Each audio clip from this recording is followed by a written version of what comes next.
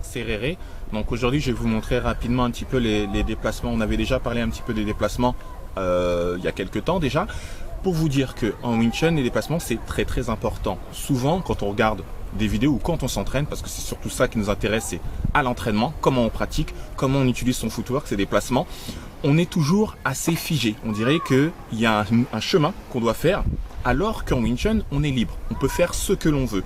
Il y a des pas de base comme le demi-pas, le pas complet, le pas en T, d'accord? Si on commence juste avec ces trois pas-là, on peut tout faire.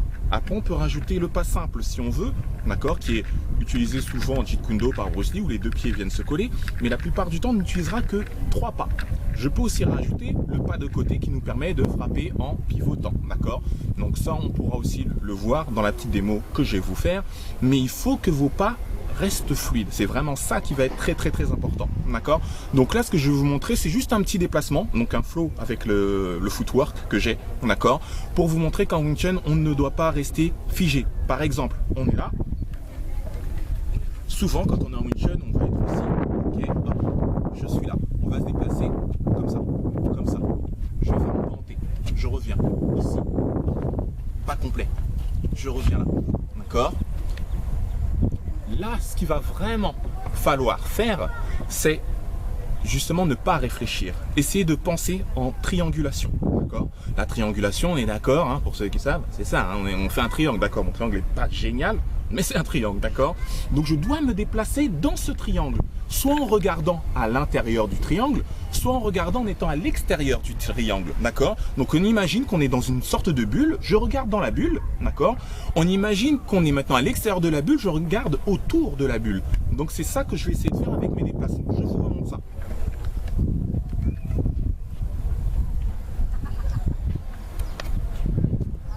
Là, je suis à l'intérieur de ma bulle, à l'intérieur du triangle, d'accord? Je reste dans mes points du triangle, d'accord? Quand je veux faire l'extérieur, hop, je regarde à l'extérieur de la bulle, d'accord? Et je fais mes triangles, c'est moi qui les crée, d'accord? C'est ça qui va me permettre, ici, d'accord, de me déplacer.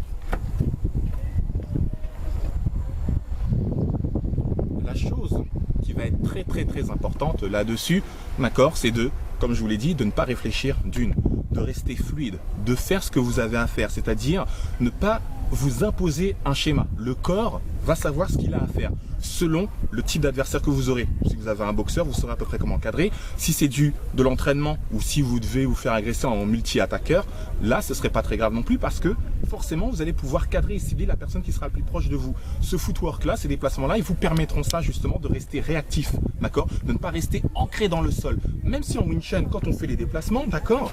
Oui, je suis ancré dans le sol. Ça veut dire qu'ici, j'ai une stabilité, je suis fort sur mes jambes. La rétroversion du bassin aussi me permet d'être fort.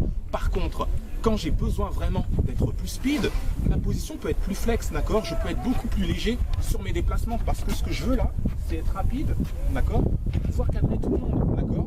Mes genoux restent à l'intérieur, d'accord? Donc, normalement, mon assise, mon enracinement sera très bon, d'accord? Donc, par rapport à ça, ça va être très important de garder quand même sa structure.